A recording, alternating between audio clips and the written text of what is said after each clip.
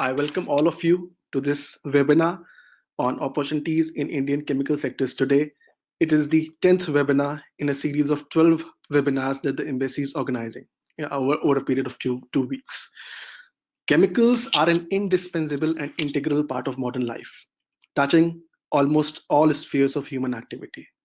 The chemical industry is a very important constituent of the growing Indian economy.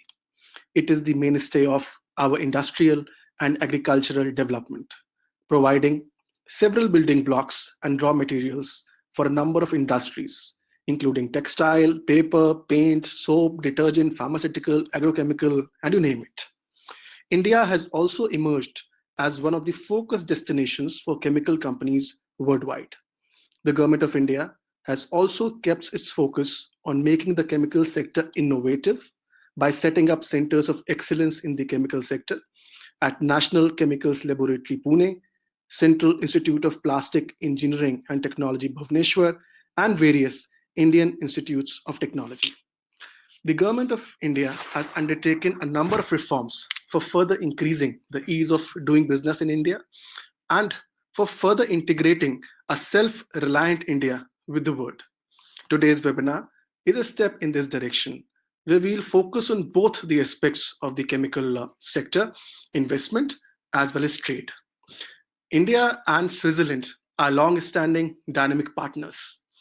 The MISSP program is being run by the Embassy of India, Bern, for further strengthening and increasing and establishing linkages between Indian and Swiss business ecosystems. I'm happy to note that in the last 6 months, this program has been able to onboard more than 50 Swiss companies. Today, our presenters will include the knowledge partner of MISSP, T&A Consulting, the legal and tax partner of MISSP, Doddle and Partner, and our guest speakers representing Chemixel, which is the Basic Chemicals, Cosmetics, and Dyes Export Promotion Council of India. So, with those words, I would now invite Mr. Tarun Gupta, partner T&A Consulting, to make his presentation on overview of the Indian economy amidst COVID-19 crisis. Mr. Gupta, the screen is all yours. You may grab it. Thank you. Thank you, Dr. Singh. And thank you, ladies and gentlemen. A very good afternoon from India and to all our Swiss participants, and a very good evening to participants who have logged in from India. So, first of all, thank you for taking time out for joining this webinar. Yes, we are in midst of challenging times. Europe is opening up. In India, we are also going through challenging time. As one European leader said, never let a good crisis go waste. The current pandemic will throw in new business models, new business partnerships. Can India be a preferred business partner for Switzerland?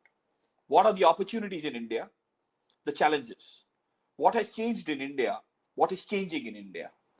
The aim for the next 15 minutes of my presentation would be to provide a balanced view of India, the bigger picture in India, and not necessarily the Bollywood version, where everything is great, you land, you make $1 million. No, provide a balanced view of India.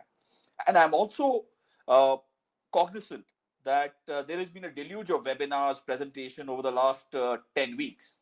So in this presentation, we will try to focus on some key messages. So what I have done, I have structured the presentation in 3 parts. First, India. Second, India opportunity. And third is reforms.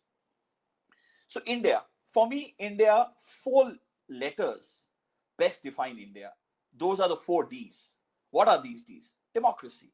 We are the world's largest democracy. Last federal election about 6 years ago, we had 900 million people eligible to vote. 600 million people voted. It shows we are a participative democracy. We want to take part. The results were out in a couple of hours. It shows how robust our systems are. Well, the democracy can be chaotic. You need a consensus-based approach. Decision-making can be delayed. The second is demography. We are one of the youngest countries in the world with a median age of 29. In fact, even in the current pandemic, one interesting fact is that only 7% of our population is above the age of 65.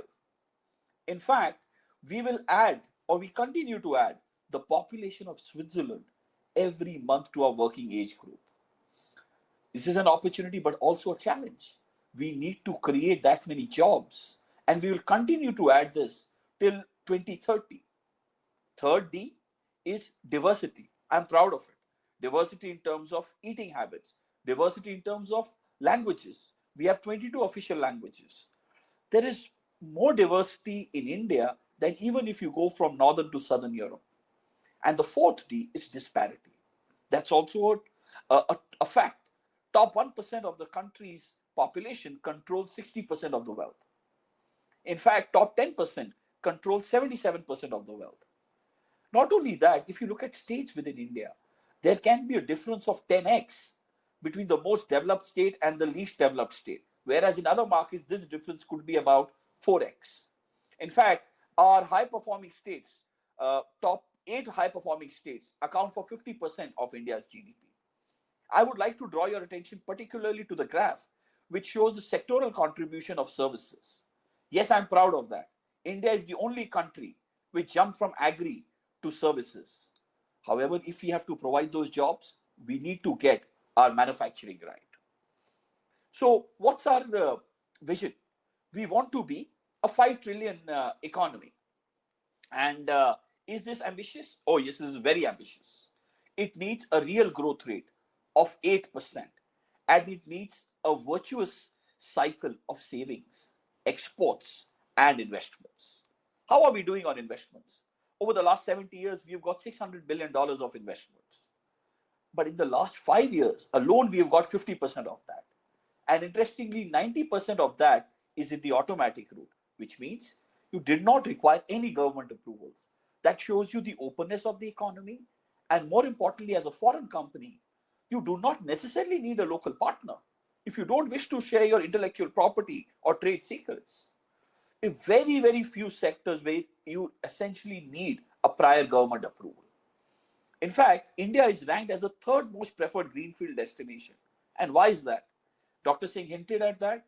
The government has made considerable progress in ease of doing business. We have jumped 79 positions. We are consistently ranked in the top 10 performers for ease of doing business. Everybody has heard of BRICS. There's a new term now, MIVIT, Malaysia, Indonesia, Vietnam, India, Thailand. These are the countries which compete as companies move to diversify their supply chain. And here, India scores fairly attractively, but one very big differentiator, even compared to our peer group here, India has a large domestic market. So with that, I come to the end of the first section where I spoke about the 4 Ds: democracy, demography, diversity, disparity. We spoke about our vision and the ease of doing business. Now, the second part of my presentation is the India opportunity. Now, these are 4 alphabets: CFID, consumption, formalization, infrastructure, digitization. So what do I mean by C is consumption? Well, India is a consumption-driven economy, and that has bearing on the whole growth in the chemical sector. 60% of our GDP comes from consumption. In fact, we are the third largest consuming class, sixth largest currently, the consuming class, and expected to grow to third largest in the next 10 years. And our private consumption expenditure is expected to grow to $6 trillion. This will reflect in all the various sectors, which my fellow speaker will talk about later. However, a word of caution. Some companies tend to overestimate the size of Indian market, middle class. If you look at the top of the pyramid, we have about 10 million households above $30,000 of annual household income. Another 25 million between $15,000 to $30,000. So really, these 35-40 million households, which is about 200 million people, are the real consuming class. This is still significant, but it's not 1.3 billion people. The next alphabet is of our whole story is formalization, the India opportunity. India has 75 million enterprises. Great. However, and this number is 22 times the size of the US number of companies, whereas US is 8 times our size. So what's different here? Let's look at the story behind the numbers. Only 10 million have any kind of tax registration. Only 5 million have tax and social security registration. In fact, if you look at our manufacturing sector, organized manufacturing sector, 85% of the firms have less than 50 employees. What has happened is Because of this lack of formalization, it has adversely impacted our productivity. Even after a decade, our companies have less than 100 employees. In fact, what we have done is we have created dwarfs, companies which have remained small. Whereas we need to create babies which grow into adults to improve productivity. Second is to improve our tax GDP ratio. Currently, it's about 17%. It compares unfavorably, even compared to other developing countries, South Africa, I think at 27%, China 22%, Brazil 34%. And third is we need to bring about better debtor discipline, better enforcement of contract. And for that, we have passed the bankruptcy code. And first time in India's history, we had companies being liquidated. And the final D and the next alphabet is I, infrastructure, important for chemical sector. To achieve our 5 trillion economy goal, we need to double our infrastructure spend from about $150 billion annually to $300 billion. And how are we doing it? I will give you a couple of examples. Number one, in roads, we have about 140,000 kilometers of national highway. 30% has been built in the last 5 years. We plan to build another 60,000 kilometers in the next 5 years. So effectively, we would have doubled the length of our highways in 10 years. You look at railways. We plan to electrify our entire railways in the next 5 years. Until date, out of 68,000 kilometers, we've electrified about 30,000 kilometers. So what it shows you is scale and execution. With solar power, our installed capacity has increased by 1,000 times in the last 10 years. And finally, my favorite alphabet, again D, this is digitization. And we have leapfrogged.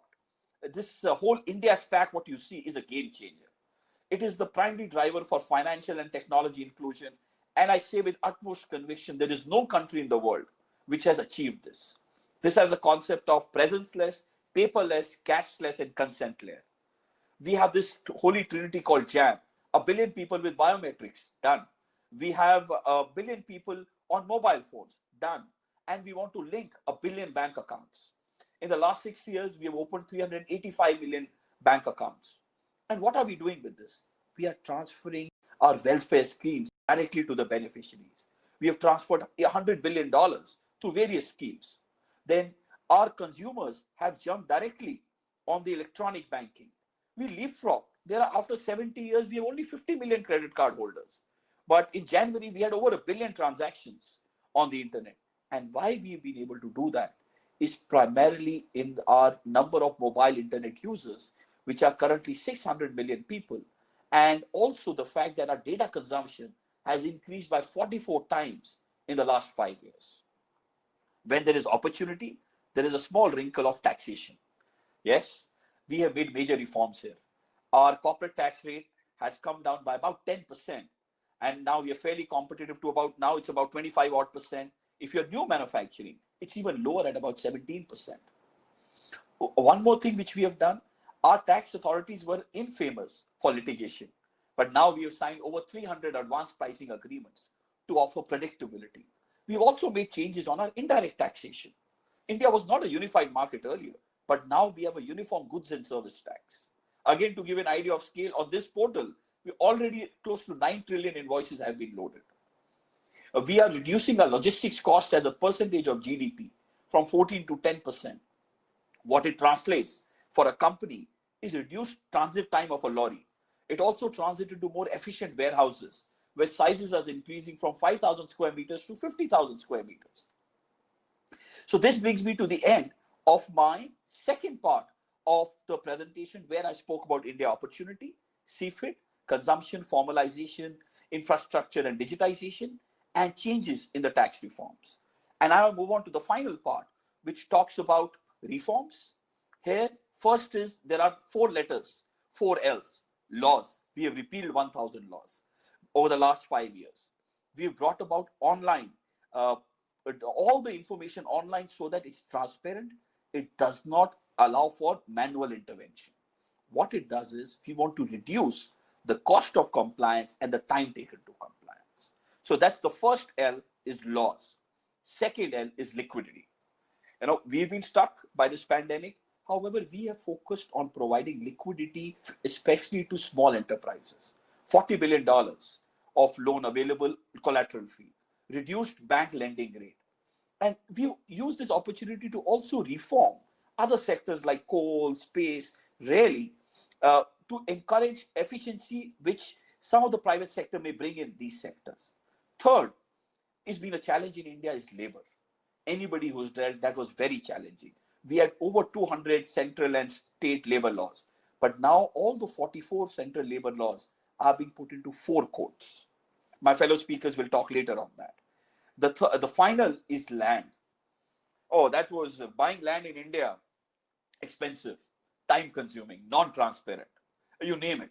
But now there are states where you can buy land directly from farmers. There are states where online repository is maintained, which is brought about transparency. The states are competing amongst themselves to create plug and play infrastructure. In fact, if you look at the next slide, we have 44 industrial clusters. And as we speak, we have 2 million square meters of industrial space ready for possession in 8 to 10 weeks.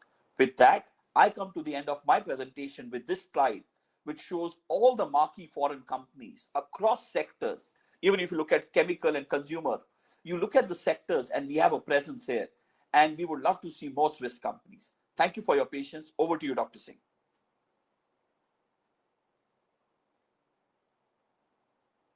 Section of the webinar. We have a presentation on the opportunities in the Indian chemical sector. The presentation is being made by Mr. Saurabh Khanna, partner TNA Consulting. Mr. Khanna, please come on the screen. Thank you so much, Dr. Piyush. Good afternoon and good evening, everyone. Thank you, Tarun, for laying the foundation, especially with highlighting some marquee names from the global chemical industry from the previous presentation that you have shown. Ladies and gentlemen, my aim of today's presentation will be to share some key insights about India's chemical industry. At the end of the presentation, I shall leave you with 3 key takeaways, which I believe are pertinent, especially for companies who are looking to explore business avenues in the Indian chemical industry. What are these 3 key takeaways? Return, growth, and opportunities. Returns. What are chemical companies, chemical manufacturing companies able to reap quantifiable returns from their investments in India? Number 2, on the growth front, why is the chemical industry relevant for India's manufacturing growth story? Number 3, on opportunities, what is the role played by government in promoting this sector and what are the opportunities available for companies?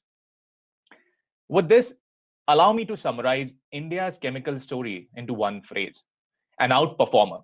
Yes, an outperformer. Why do I say that? Before I elucidate this further, let us go back in time. Around late 90s and early 2000, North America, Europe, and Japan. When I say North America, I include US, Canada, and Mexican economy. These 3 economic regions, they used to contribute to 70% of world's chemical output. Fast forward to 2019, the share of these 3 regions has fallen down to less than 35%. There has been a shift of manufacturing from these developed nations to emerging economies in Asia. In fact, today, if we do a random check of top 10 chemical producing nations in the world, 6 names will come out from the Asian region. Surprisingly, in the last 2 decades, European Union itself has lost 50% of its share in the global value for chemical production. However, the total production of chemical has grown to 3x since 2000. Now, what is driving this move? There are certain factors which are going in favor to these emerging Asian economies, including India. Number 1 and foremost, as Tarun rightly mentioned in his previous presentation, the strong domestic demand. And as Dr. Piyush mentioned in the opening, that demand for chemical is driven by multitude of sectors wherein it is being provided support from the chemical industry. So the first key reason of move of this manufacturing has been the strong domestic demand. Number 2, high capex cost which the companies from developed nations want to offset by investing in the emerging economies. Third, availability of cheap and skilled labor. Fourth, currency appreciation. And fifth, supportive regulatory environment in these emerging economies. Now, from there, moving on to my first slide, and why I say this sector as an outperformer. If we look at India's chemical industry's growth story, the sector has been consistently giving returns to its shareholder at an average rate of over 15% year on year. I'm not referring to a 3-year purview. I'm not referring to a 5-year purview. Indian chemical industry has been consistently delivering returns to its investors since 2006. That's been close to 15 years now. Now, owing to this success, India is today the third largest manufacturer of chemical in Asia, sixth largest manufacturer of chemical in the world. In fact, even during the economic downturn of 2008, the chemical industry was giving returns of over 17% to its investor. Now, that's when I call this sector an outperformer. And that defines my first point of returns and the first key takeaway. Now, moving on to the second key takeaway of growth. Why is this sector relevant for India's manufacturing growth story? If you look at the numbers here, there are roughly over 50,000 companies, chemical manufacturing companies in India, producing over 80,000 products, employing directly 2 million people, contributing to around US dollar 163 billion to Indian economy. However, even if we take out roughly around top 400 companies, which include around 50 multinational companies who have set up their base in India, their share is over 85%. The rest of the numbers contribute to 15% of the total manufacturing. Let's look at some of the trade flows from the export side. The sector is relevant to India's export basket. If we look at the share of chemical industry, it stands at number 3 in the total exports from India. Now, even with being one of the biggest manufacturer of chemical or being on the global front, we are still an import dependent economy. For example, half of our demand for PVC, entire demand for styrene is met by imports. One of the key factor what plays an role is India's consumption. The per capita consumption of chemical is 1/10 of world average. Even if I compare to some of the Asian peers, we fall behind. What is driving the force for this growth is we are increasing our consumption for chemicals, not just in terms of the base chemicals or maybe in terms of petrochemicals, but the overall demand from the end user segments. As Tarun mentioned, we want to become a 5 trillion economy. Now, to be into that scale, every sector will contribute to the demand for chemicals, be it automobile, be it textile, be it solar, be it electronics, where a key component that is being used comes from the chemical industry. Now, given this status, Indian government is putting its focus on chemical sector to revive and boost the local manufacturing. Now, some of the segments that I want to show you here within the chemical industry, if we do a rough breakup, including of bulk chemicals, petrochemicals, or specialty chemical itself, they contribute to 65% of the total manufacturing. Within these segments, the alkali chemicals, which includes PVC, caustic soda, chlorine, which is directly goes into the consumer goods, their share is over 69%. Give you some insights within petrochemicals, polymer accounts for over 60% of the total production. The driving force, as I mentioned before, is the domestic demand for the growth story. An important point I want to make here is even during the current downturn, segments like petrochemicals and even for that matter, specialty chemicals are growing at an average growth rate which is higher than India's average GDP growth rate. For example, petrochemical is growing at a growth of 7.5%. Even for the next 5 years, the projections are the sector will grow at over 7.5%. For specialty chemicals, the expected growth rate is over 12%. Now, that answers my second takeaway of the growth story, that why the sector is relevant for India's growth story. Third, on the government role, what role the government is playing. As Tarun mentioned about India's growing impetus on investment in on the national infrastructure pipeline, what are we doing on the chemical front? One area where, as an economy, we have been learning from some of our peers is that when it comes to manufacturing, governments across the world are supporting a plug and play model, wherein they provide a readily available infrastructure from land to ground leveling to final infrastructure. What efforts we have done as a government? What you see here are PCPIRs. Now, what are they? These are petrochemical investment regions. What do these regions do? If you see on the map, these regions are clearly placed to the India's coastal line, with the first and foremost PCPIR coming out on Gujarat, followed by the eastern states of Odisha, Andhra Pradesh, and Tamil Nadu. How do they contribute? Well, they provide a readily available infrastructure for companies who are looking to set up their base in the chemical industries by being closer to the ports, providing an adequate land. Here, in each PCPIR, a land of 250 square kilometer is being provided with 40% of the area for processing activities. They have a readily available technical and skilled manpower. It's a good concoction of a state and government efforts, wherein the government of India is taking care of the infrastructure within the PCPIRs, including all the utilities, and the state government provides support outside the PCPIRs. One of the key factors for these PCPIRs are their proximity to ports and to the national highways. Now, have these PCPIRs been a success? Well, the answer is this is work in progress. The first PCPIR, which was in Gujarat, has been a success, drawing attention and investment from some of the marquee investors, even for that matter, from BASF, Mitsubishi, some German companies like Lanxess, Firmenich Aromatics. So across the value chain of chemical industry, companies have invested into these regions.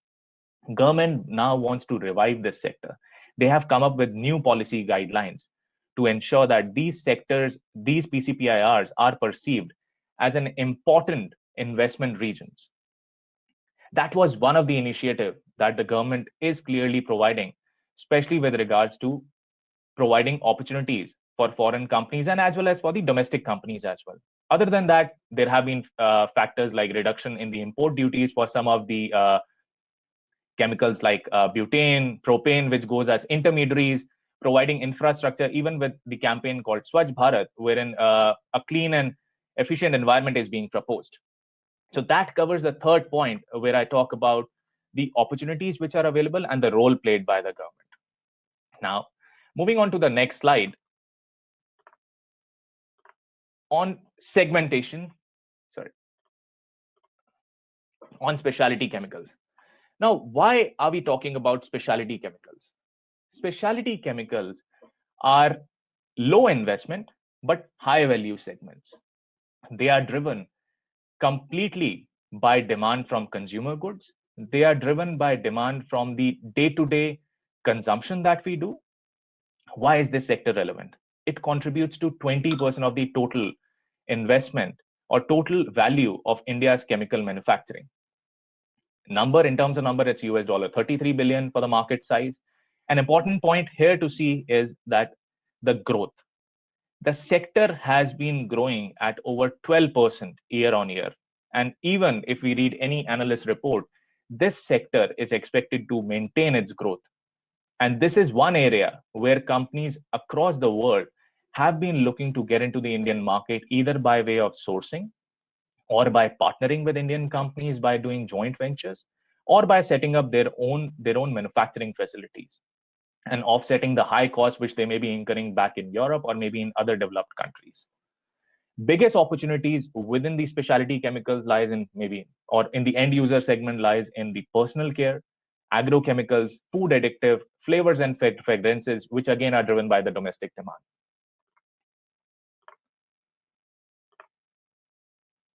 These are some of the sub-segment wherein we have mentioned the growth rate for with the sub-segments which in specialty chemicals.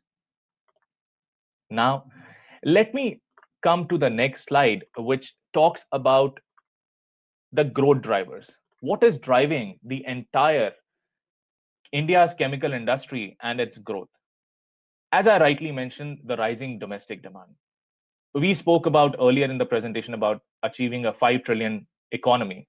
That is not possible unless every sector contributes to it. We spoke about the clean energy sector, we spoke about automobile sector, manufacturing. All these sectors will give a direct and straight impact to the chemical industry in terms of its growth. Number two, the investments. We have already allowed 100% FDI in this sector. Well, in fact, if you look at India's manufacturing or India's FDI growth story, now 98% of the sector have 100% FDI. So you don't have to rely on partnering with an Indian company. A foreign company can set up their own plant in India. Import substitution. This is a very key point. Indian chemical manufacturers have always been, and in fact, I'm sure during later part of the presentation, this will be covered. We are looking at reducing our import dependence right now. Most of our demand for chemicals or petrochemicals are met by imports, including for PVC, including for styrene, including for ethylene. We want to reduce this dependence and set up high-class, world-class plants here in India. Fourth driver that we are seeing is environmental compliances. Some of the chemical manufacturing companies are facing strict environmental compliances in some of our Asian peers. Now, that's an area where India provides an edge, where yes, we do have our own set of environmental compliances. However, in terms of their being too stringent, they are not at par with other Asian countries. And that's where a lot of companies are moving their base from other parts to India. Government initiatives, I mentioned about the PCPIRs. Over and above, we are trying to formalize the economy, as Tarun rightly mentioned. And last and foremost, the per capita in consumption. Today, India's per capita consumption is likely to rise further to boost the chemical manufacturing and to bring forth foreign companies in the Indian market. Some opportunities that I want to mention here, which have been listed down, are like I clearly mentioned on the specialty chemicals. That's one area within the chemical sub-segments that can be taken care of. Access to alternative and cheaper feedstock. Access to alternative and cheaper feedstocks. Companies are looking to partner with foreign companies. They want to ease the pressure of being dependent on the imports. Imports versus exports, we are looking to gain further on the size of our exports and reduce our dependence on the imports. Technology has played a key role here. Indian companies are looking to integrate big data, data analysis technologies to improve their production. That's one area where I believe companies from Switzerland can really look into penetrating into the Indian market. Last and foremost are the value chain integration. Margin plays a very key role. Indian companies want to partner with foreign companies. They want to ensure that the entire supply chain and entire value chain is intact. They are able to reach out to the customers. They are able to also reach out and maintain the production levels as well. So that's another area which can further be explored. So with these, I would like to summarize that within the Indian ecosystem, yes, the sector has been delivering benefits, quantifiable benefits. Yes, the sector is relevant for India's manufacturing growth story. Yes, there are opportunities available for companies, and we would be happy to take up any questions and even speak to companies directly about any sector specific opportunities that they may have.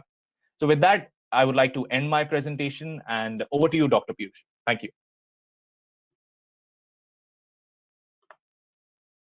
Overview of the chemicals industry, the opportunities available for Swiss companies in Indian market.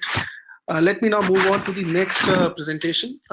Today we have with us the guest speakers for this webinar, Mr. S.G. Bharadi, Executive Director, Basic Chemicals, Cosmetics and Dyes Export Promotion Council, Chemixil. Mr. Bharadi, welcome to this webinar, and we look forward to hearing from you on Indian chemical sector supply ecosystem. Over to you. Yes. Good evening, everybody. I am Mr. Bharadi from Chemixil Export Promotion Council, set up by Government of India, Ministry of Commerce. to promote. 1 minute.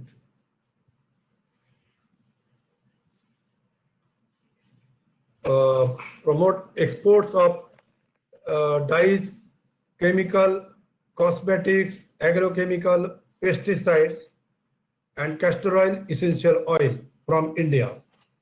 Our council is set up by Ministry of Commerce in 1963, and we have got 4 region offices: Delhi, Kolkata, Ahmedabad, and Bangalore.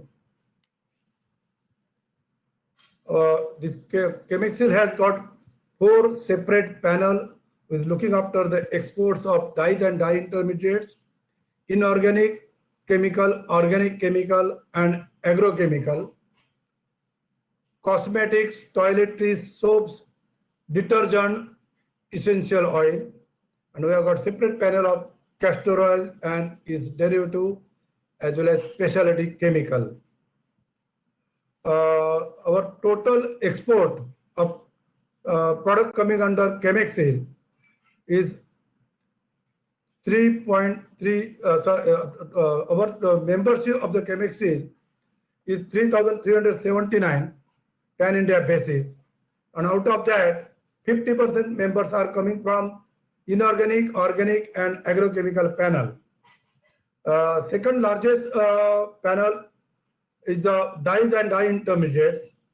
We have got 1,029 large and small manufacturer exporters, and we have got 548 members from cosmetic, toiletries, and essential panel, and 80 members from castor oil panel. Chemexil is offering services to the overseas buyer. We are locating appropriate supplier to the foreign buyers. We are organizing reverse buyer-seller meet in India. We are providing up-to-date market information to foreign buyers, and we are hosting related service and hosting foreign delegates in India, as well as we are taking delegation to abroad. Being a Chemexil is an export promotion council, we are also organizing reverse buyer-seller meet in India, where we are inviting foreign buyers from all focus areas. For example, we are inviting from Latin America, we are inviting from Asian countries, CIS countries, and African countries, where we are offering them to and fro airfare, hotel accommodation, and we are also organizing factory visit. Those who are interested to do the factory visit, we are organizing factory visit, and we are arranging one-to-one meeting for this.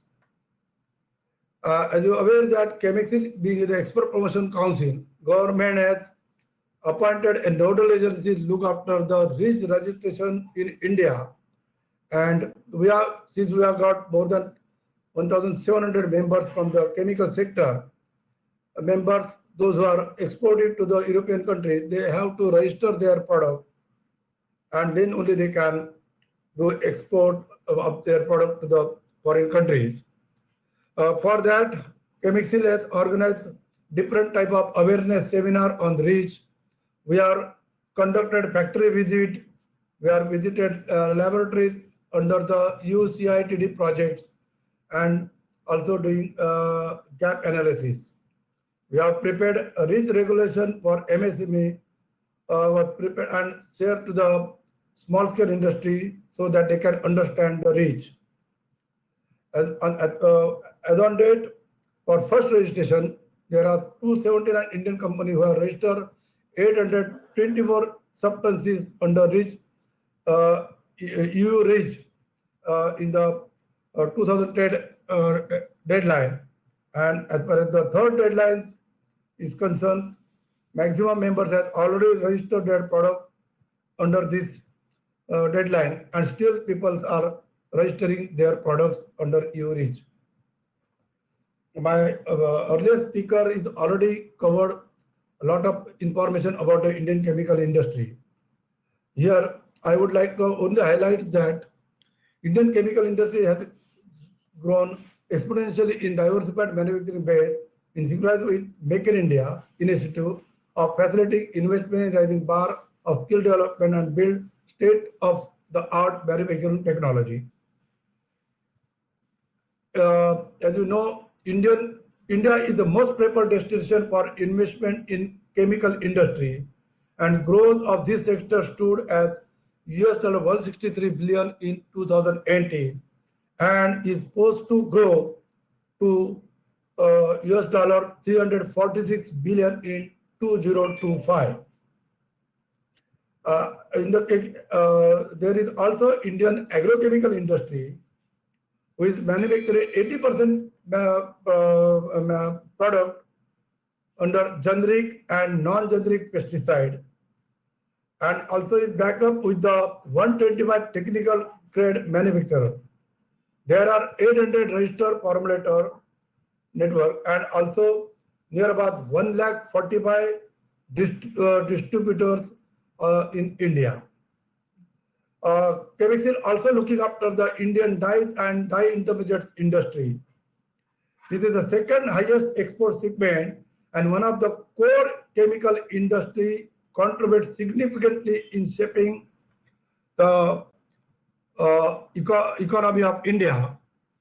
90% dyestuff production is based in Maharashtra and Gujarat in the coastal area, and this dyestuff is normally consumed by users of plastic, paper, printing ink, textile, food industry, and 80% production is used by textile sector due to the global demand of polyester and cotton.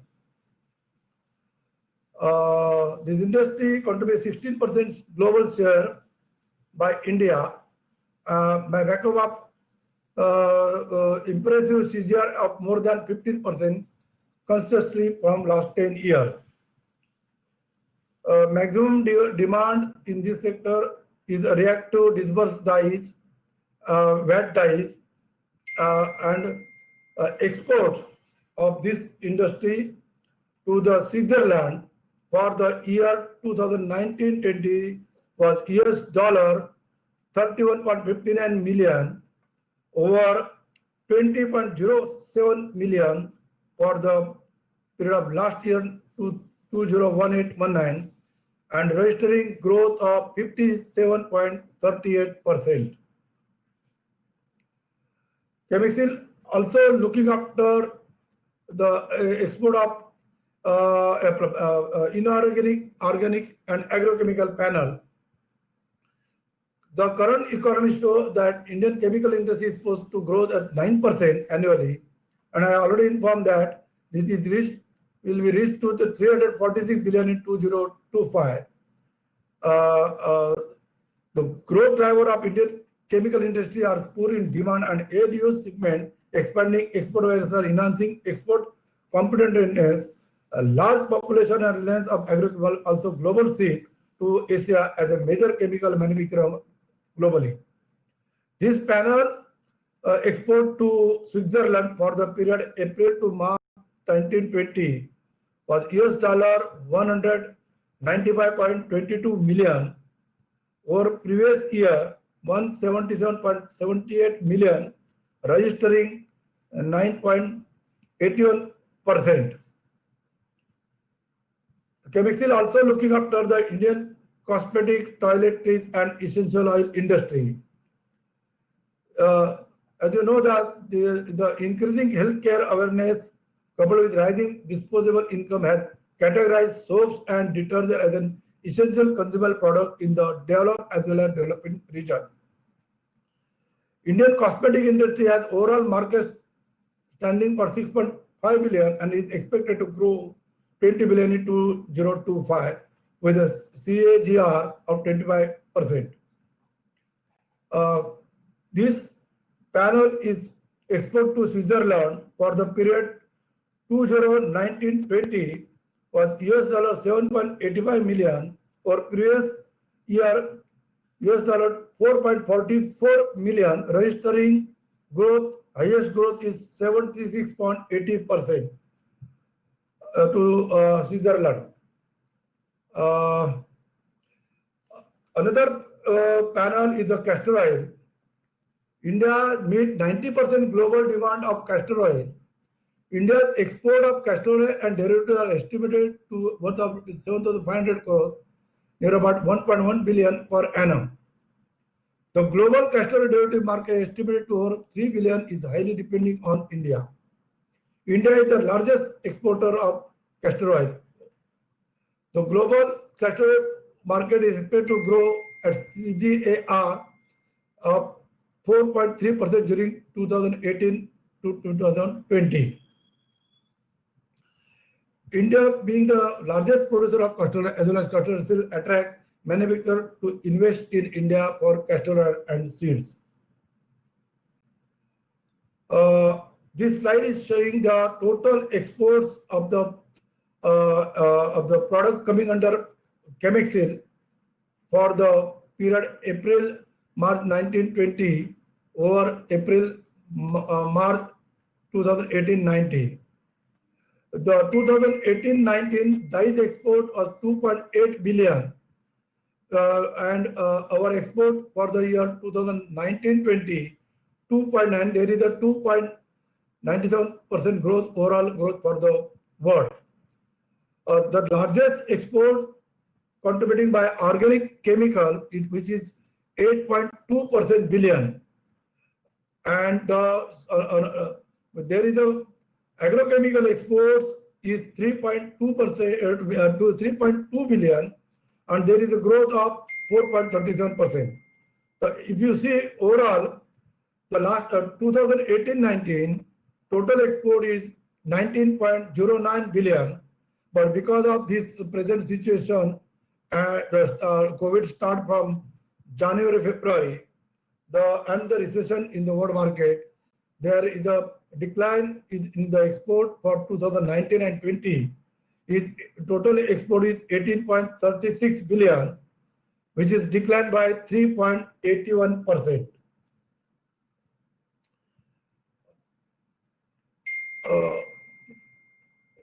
The export of European countries is shown here.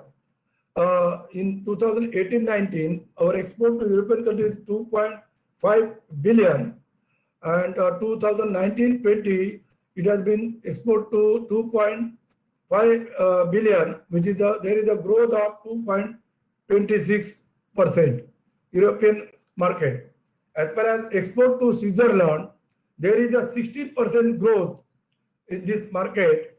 We have exported in 2018-19 207 million, and 2019-20 we are expected 234.66 billion.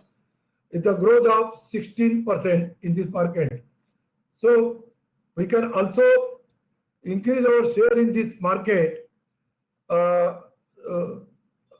because now China is facing a lot of problems, and also our Prime Minister has already given a lot of packages to the manufacturer to improve their manufacturing capacity, and also assisting to improve the export in the market, so we can increase our share. Because if you see, we are given the world share of the chemical atom in Switzerland market. So there is a scope we can tap this market, and we can capture this market in the organic chemical, in inorganic chemical, dyes, we can improve, as well as agrochemical. Mr. Khanna has already covered all the point about the chemical industry. So I will not touch on all these things. Basically, there are good opportunities because maximum more than 50,000 companies are here in India, which is manufacturing 80,000 chemical. So we can definitely beat all the demand of the Switzerland company. I request all the Switzerland company, if they are interested to import any chemical, they can write to the Chemexis. We can circulate this information to our member who are a manufacturer and exporter of this product. They can directly contact these two companies and they can meet their requirement.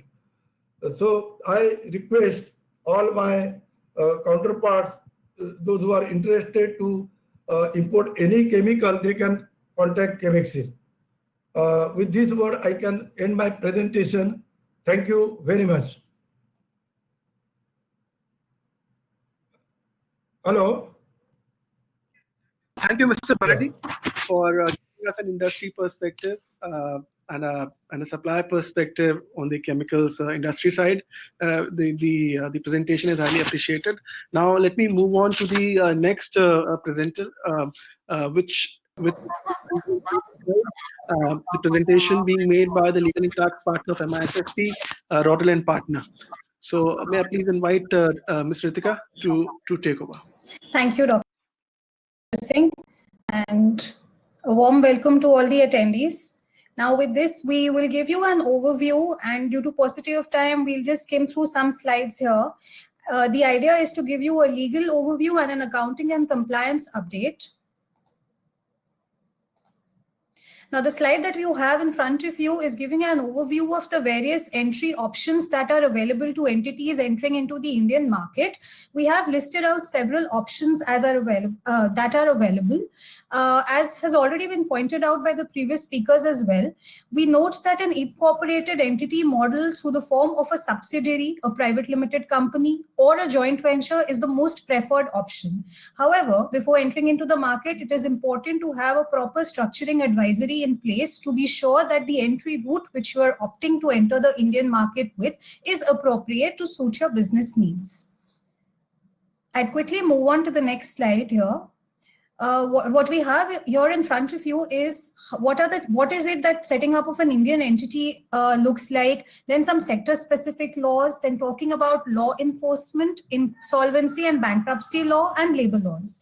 Now, setting up has, of course, with the ease of doing business in India, setting up is now a centralized and digital process. There is a mode of fast track incorporation of companies. So there's a lot of relaxation that's happened on this front. It's constantly progressing. There are constant amendments, and the process has been made really easy and time effective. And of course, everything is moving to digitalization. So that ways, electronically, everything can be uploaded. So this is an this is definitely a remarkable step in the ease of doing business initiative.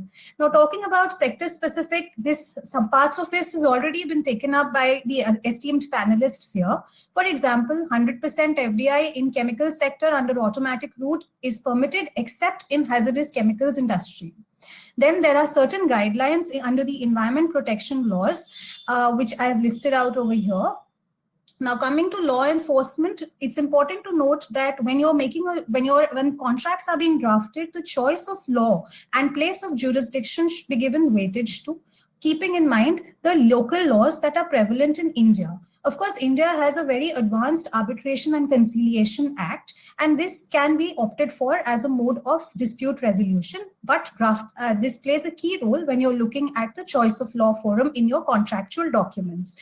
Insolvency and bankruptcy law has come in through the Insolvency Code in 2016, and this is proving to be really effective. There is continuous legal processes and developments, and we are seeing that everything is moving to automated an automated feature. Everything is available online here as well. Labor laws, of course, India is highly labor intensive.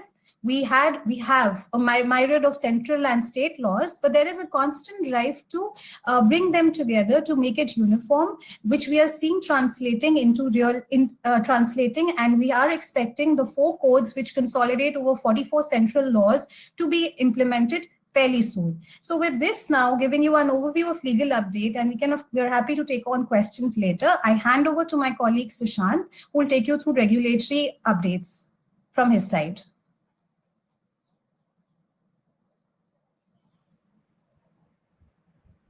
Thank you, Ritika. Good afternoon to all participants. Thank you for joining in. I'm here to share insights in the following areas, namely generally accepted accounting principles, which is Indian GAAP, basic compliances for a company incorporated in India, undertaking business operations in India, and third, audits in India required under different regulations. On account of the limited time, I'll just quickly run through my slides. Starting off with the first one, starting off with the first one, accounting standards.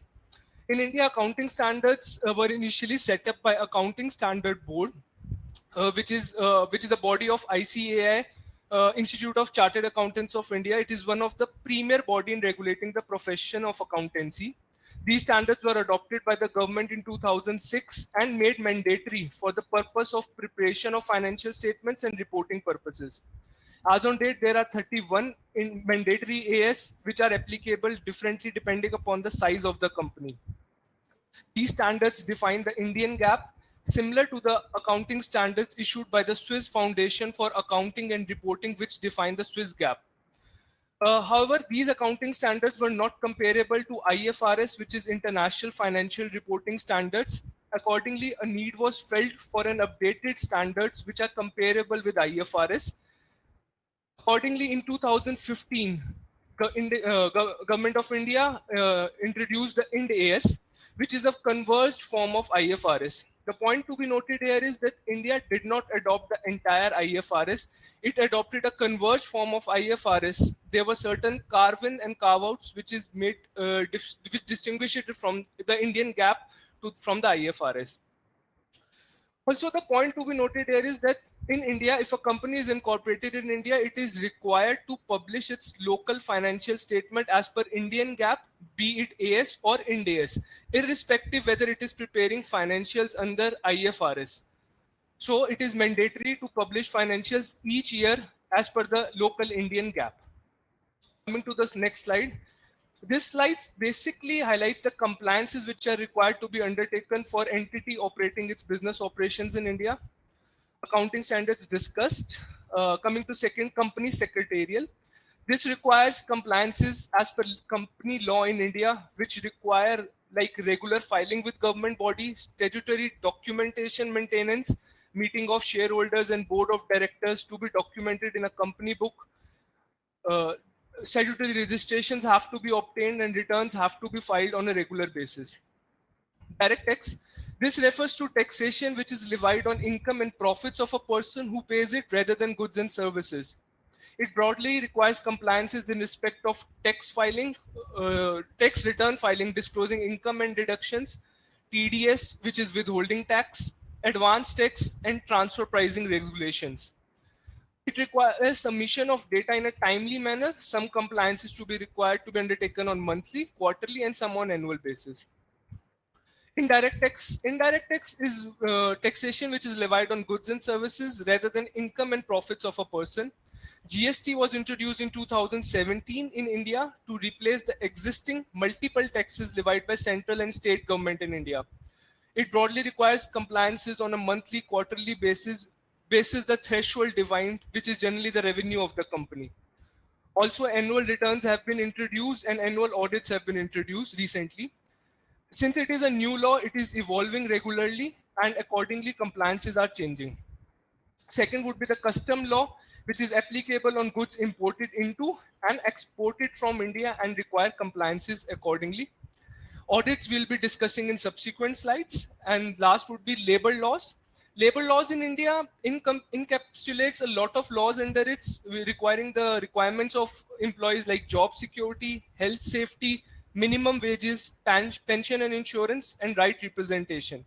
The compliances are required to be undertaken similarly monthly, quarterly, and annual, depending upon the size of operations and number of employees hired.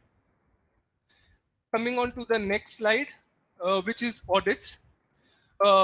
This slide highlights basic audits which are required to be undertaken as per regulatory frameworks. First is the statutory audit. As mentioned in slide 1, this is required under company law and is mandatorily required for all entities irrespective of size of operation. Second is tax audit, audit of tax returns. It is not mandatory and applicable only in case the threshold mentioned here in breaches. Transfer pricing audit, it is required in case of international transaction and certain specified domestic transactions with any associate enterprise. GST audit, as the name suggests, the objective is to report whether the registered person has done correct declaration and compliance with GST law.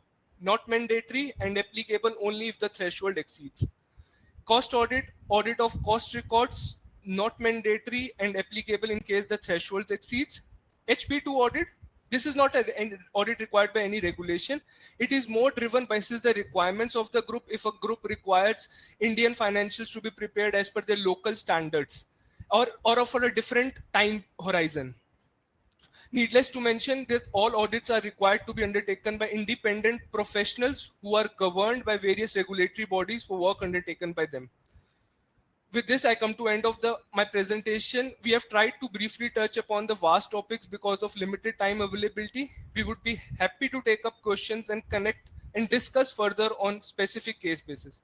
Thank you. Over to you, Dr. Singh.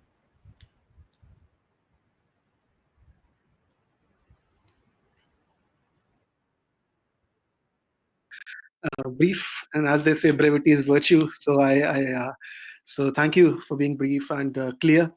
Let me now move on to the question and answer session today. So we've already breached the time limits. I'll keep the questions very limited in number. Let me also mention that on the upper right side of your screens, you will see tabs saying handouts and polls. So you may like to poll there, and it's a handout on the chemical sector which you may like to download. So let me pose a question to Mr. Tarun Gupta. The question speaks, China has gone through an environmental transition for the chemical industry that disrupted the supply of goods. Will India go through a similar transition? And if so, how does India plan to do it? I think it's a very, very pertinent question.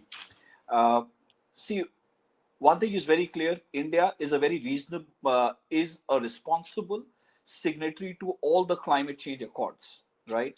So we are not looking at any play arbitrage between the environmental rules. No, our proposition is there are certain clusters, there are certain zones where there are set environmental standards with set timelines for approval. Yeah, so there's no shortcut. However, everything is specified in the most transparent manner, and that is what is drawing foreign companies, because it's predictable, transparent, and you can calculate the timeline, how will it take, rather than it being left to interpretation or whims and fancies. So I would say this is the differentiator which we have. Okay, thank you. Thank you, Mr. Gupta. Let me move to the next question. It's for the legal and tax team. And we had a similar question in the morning also, that which would be a preferred mode of entry for a Swiss company to enter India, entering India for the first time. So either Ritika or Shashank, whosoever would like to take this question. So I think out of the various entry options, what we see happening really frequently with entities and making an inroad into the Indian market is through a private limited company, where of course now we know that FDI is allowed in sectors, especially such as the chemical sector as well. And you have full business, there's a full business scope. There are also various tax incentives that are attached to having a private, to having this kind of a setup. So this is the model that we are noticing is in practice. There is an option of joint venture as well, but that will depend on your specific requirements. For example, if you're looking at partnering with a local, say a manufacturing unit, or want to avail some services. So these are the broadly opted for options that we are seeing in this area. Thank you. Thank you, Ritika. With that, we come to the conclusion of this webinar. We will be uploading all the PowerPoint presentations on our website, missp.ch. We'll also be converting this webinar into a video podcast, and we'll be uploading it on our website. It can be downloaded from there. We hope that we have been able to reinforce and reiterate the idea that there are immense complementarities between the Indian and Swiss business ecosystems. I would like to thank all the presenters who were with us today, including the guest speaker from India representing Chemexcel. And we look forward to a number of you who joined us today, joining the MISSP program, and further enriching and strengthening the India-Switzerland relationship. Thank you. Have a good day.